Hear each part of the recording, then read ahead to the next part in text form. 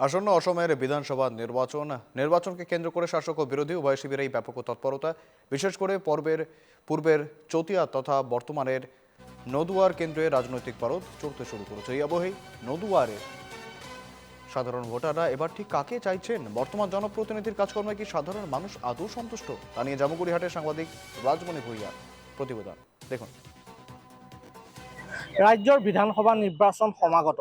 মই বৰ্তমান উপস্থিত আছোঁ পূৰ্বৰ চতিয়া তথা বৰ্তমান নদুৱাৰ সমষ্টিৰ অন্তৰ্গত গমিৰপালত, আৰু মোৰ সহযোগী আপোনালোকক দেখাইছে এয়া হৈছে গমিৰপাল চেণ্টাৰ। আৰু গমিৰপাল চেণ্টাৰতো আমি আহি উপস্থিত হৈছোঁ আজি NKTV, আৰু আমি ইয়াৰ একাংশ সচেতন ভোটাৰ আছে, সেই ভোটাৰসকলৰ কাষলৈ এতিয়া যাম আৰু তেখেতসকলৰ পৰা জানিবলৈ চেষ্টা কৰিম।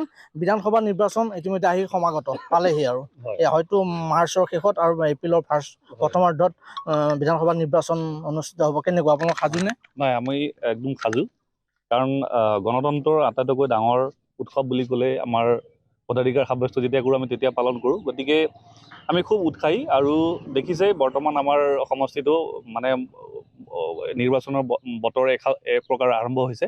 গতিকে সেইখিনি আমি নিশ্চয় মানে বিভিন্ন প্ৰকাৰে আমি সাজু আছোঁ।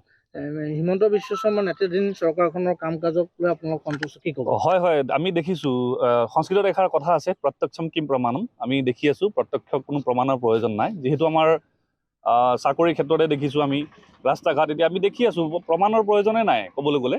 গতিকে আমি বিভিন্ন জনগোষ্ঠীৰ মাজতে, যেনেকৈ আমাৰ চতিয়া সমষ্টিতে বিভিন্ন আমি টিভিত দেখোঁ, নিউজ মিডিয়াত দেখোঁ যে আমাৰ বিভিন্ন জনগোষ্ঠীৰ মাজত বিভিন্ন সংঘাত হৈ থাকে।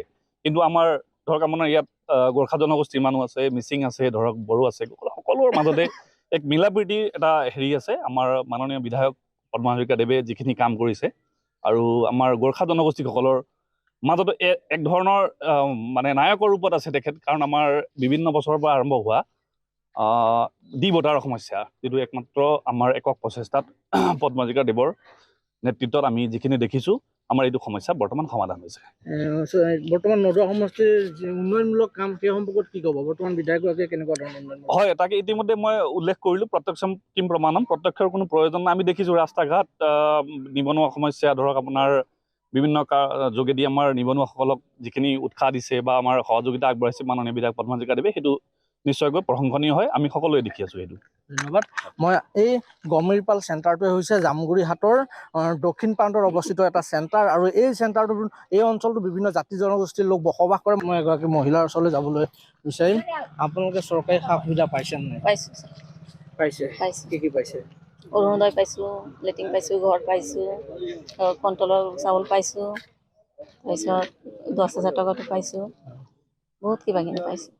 ইলেকশ্যনত এইবাৰ আপোনালোকে সমৰ্থন কাৰ পৰা সমৰ্থন আগবঢ়াব? আমি আগতে পদ্মা হাজৰিকা ছাৰৰ হেৰিতে আছিলোঁ, এতিয়ালৈকে থাকিম, জীয়াই থকালৈকে ছাৰৰ লগতে থাকিম।